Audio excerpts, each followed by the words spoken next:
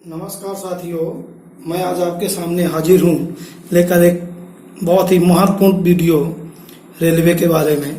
सारी जानकारी दूंगा कि कैसे तैयारी करना है, क्या करना है और क्या क्या होता है, उसका प्रोसेस क्या है, क्या चीज़ पढ़ना है, क्या नहीं पढ़ना है। इस विषय में आज मैं सारी चर्चा करूंगा। बस वीडियो मेरी अंत तक देखते जाइए। तो सबसे पहले मैं बात करता हूँ रेलवे ग्रुप डी के बारे में। रेलवे ग्रुप डी में लगभग 18 या 19 पोस्ट होती हैं। अब उनमें से कौन सी पोस्ट किस कैटेगरी के हिसाब से भरना है, ये आपको चॉइस करनी पड़ेगी मेडिकल कैटेगरी के आधार पर। उसमें A2, B1, C2 इस तरह से ग्रेड। आप पूरा 100 में 100 नंबर का पेपर भी कर लेंगे, लेकिन अगर आपने मेडिकल प्रेफरेंस गलत भर दी है तो आपकी नौकरी चली जाएगी, आपको बाहर कर दिया जाएगा। तो इसलिए ग्रुप डी में बस ये चीज ध्यान रखना। बाकी पेपर में कोई NTPC और ग्रुप डी दोनों का पेपर लगभग सेम होता है। कोई 19-20, एक 19 है तो दूसरा 20 है, ज्यादा फर्क नहीं है। इसीलिए मैं आज आपके सामने हाजिर हूँ। बहुत सारे बच्चे डिमांड कर रहे थे, फोन कर रहे थे और लगातार पूछ रहे थे कि कैसे तैयारी करें, क्या होगा, कैसे होगा। घबराने की जरूरत नहीं है मित्रों। कोई ये मान लीजिए कि बहुत आसान पेपर आएगा। अगर आप पढ़ने वाले स्टूडेंट हैं, आप अगर 4 घंटे 5 घंटे आप पढ़ाई करते हैं तो आपको कोई रोकने वाला नहीं है। लेकिन हाँ, पढ़ने का तरीका भी आपको बिल्कुल सही सिस्टमेटिक तरीके से होना चाहिए। किस तरह से पढ़ाई करना है और वो मैं आगे बताऊंगा अभी। तो इसमें क्या होता है कि 90 मिनट होंगे और आपके पास 100 क्वेश्चन होंगे बस। लेकिन एक चीज ध्यान रखना कि बहुत बच्चे ऐसा करते हैं, यार फलाने की तो 60 क्वेश्चन सही थे और मेरे 70 क्वेश्चन सही थे, फिर भी मेरा नहीं हुआ, उसका हो गया। उसका होने का कारण यही था कि उसने जितने भी क्वेश्चन किए वो सही किए हैं। बस आप लोग यही गलती कर देते हैं। और आप 60 क्वेश्चन आते हैं, आप 60 ही करिए। 70 आते हैं, 70 ही करिए। ये मत सोचिए कि यार फलाने, और लड़के पेपर के बाहर निकलेंगे तो कहेंगे यार मेरे 90 क्वेश्चन सही है, 95 सही है। उनका किसी का सिलेक्शन नहीं होता है। कोई भी पेपर आप देख लीजिए, उसमें आपको केवल 80% तो यहाँ से सोच के जाइए कि मुझको सिर्फ 80% करना है। जो सही आ रहा है बस वही करना है। आप घबराइए मत। रेलवे में अगर आप 80 बिल्कुल सही क्वेश्चन किए हैं तो आपको नॉर्मलाइजेशन में आप उससे आगे पहुंच जाएंगे। नॉर्मलाइजेशन का भी नियम क्या होता है वो मैं भी अगली वीडियो में बताऊंगा। किस तरह से नंबर मिलते हैं, किस तरह से नंबर नहीं मिलते। तो चलिए मैं आगे NTPC की बात करता हूं। ग्रुप डी का तो क्या है कि पहले पेपर होगा और वही क्वेश्चन करना है जो क्वेश्चन आपको आते हैं। फिर इसके बाद आपकी दौड़ होगी। दौड़ का प्रोसेस क्या होता है कि आपको क्या बोलते हैं 4 मिनट 15 सेकंड का समय मिलेगा 1 किलोमीटर रेस के लिए। वो भी आप आराम से लगा लेंगे। फिर 35 किलो वजन उठाना होगा। 35 किलो वजन भी उठा लेंगे, वो भी कोई बड़ी बात नहीं है। तो फालतू घबरा रहे हो आप, क्या होगा क्या नहीं होगा। बस मेडिकल प्रेफरेंस वहां पोस्ट भरने में आप बिल्कुल ध्यान देना। या किसी को कोई गड़बड़ी या कोई समझ में ना रहा हो तो आप मुझे कॉल कर लीजिएगा पहले। वहां अगर आपने गलती कर दिया तो आपकी नौकरी चली जाएगी। 400 में 100 क्वेश्चन सही हो। अब बात करते हैं NTPC की। NTPC की प्रोसेस समझना पड़ेगा, क्योंकि वहां कई स्तर पर परीक्षा होती है। आप कंप्यूटर बेस पे आपको 2 पेपर देने पड़ेंगे। ग्रुप डी में सिर्फ 1 पेपर होगा। 1 पेपर पे आप क्वालिफाई कर देंगे, सीधे रेस होगी। लेकिन NTPC में आपको 2 एग्जाम देने पड़ेंगे। पहला पेपर जैसा ग्रुप डी का पेपर होता है 19-20 बिल्कुल सेम पेपर, वही पैटर्न, वही सब कुछ, वैसा ही एग्जाम NTPC का भी होता है। उसमें आपको 90 मिनट मिलेंगे, 100 क्वेश्चन होंगे। और NTPC का एग्जाम में क्या होता है, वो 2 तरह से, वहां भी मेडिकल कैटेगरी होती है। अगर आप A2, B1, आपको पोस्ट आप नहीं सिलेक्ट करेंगे, पोस्ट आपको रेलवे सिलेक्ट करेगी कि आप किस पोस्ट के लायक हैं।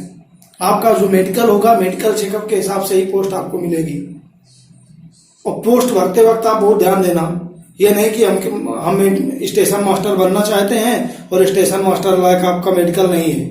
आपने मान लो स्टेशन मास्टर का भर दिया और फिर इसके बाद आपका मेडिकल A1 नहीं आया, A2 के आपका मेडिकल नहीं आया, और उसमें A1 A2 मांगा है तो आप नौकरी से बाहर हो जाएंगे। तो ये चीज आपको बहुत ध्यान देना है।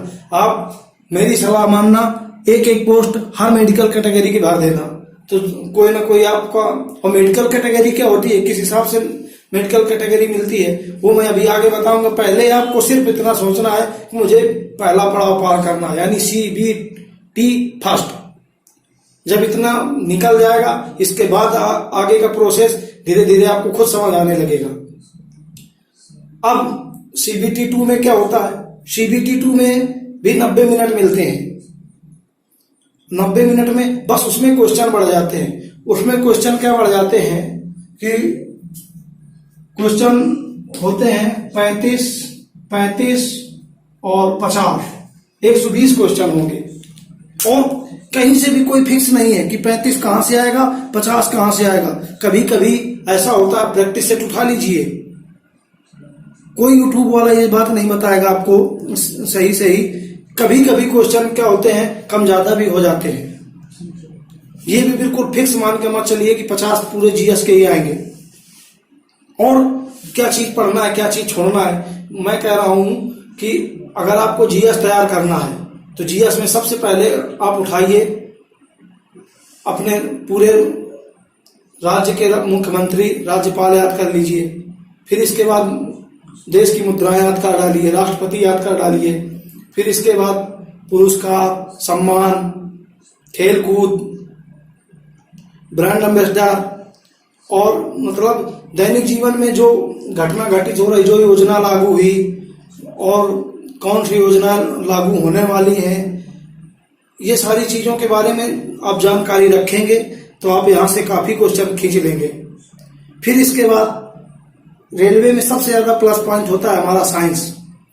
साइंस बहुत जबरदस्त आएगी, कम से कम 20 या 25 क्वेश्चन आपको साइंस के मिलेंगे। 20 या 25 आपको केवल साइंस से मिलेंगे।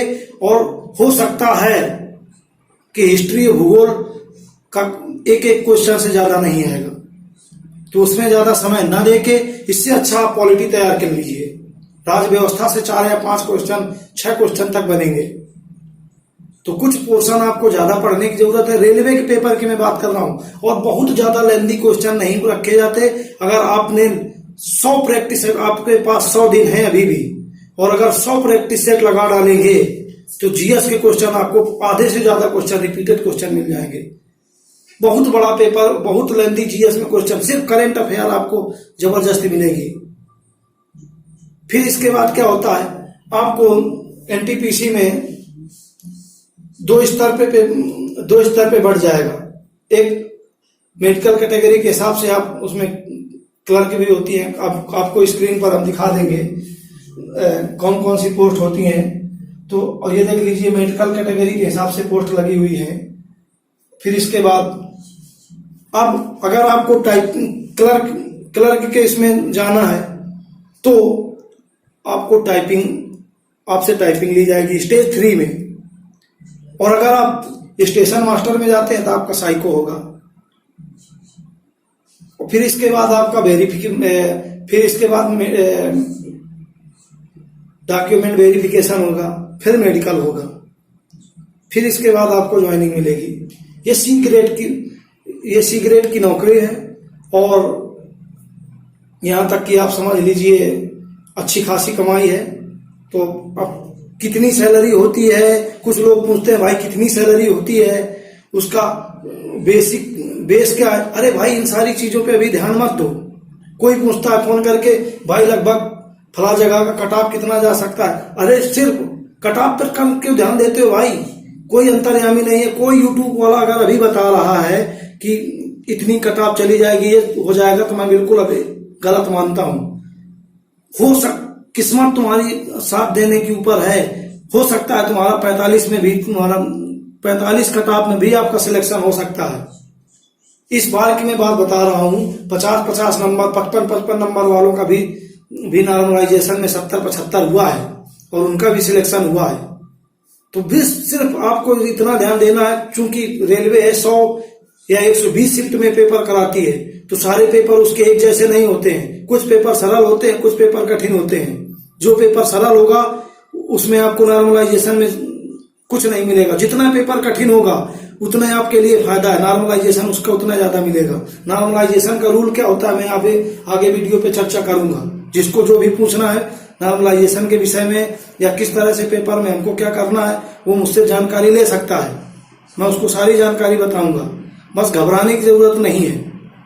तैयारी अच्छी करते रहिए। और मैथ में क्या पढ़ना है आपको, मैथ में एनटीपीसी में ज्यादातर एडवांस मैथ आपको आती है।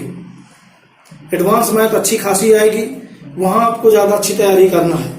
फिर इसके बाद रीजनिंग तो आपको कुछ नहीं, आप प्रैक्टिस सेट लगाते रहेंगे, आपका सब कुछ तैयार हो जाएगा।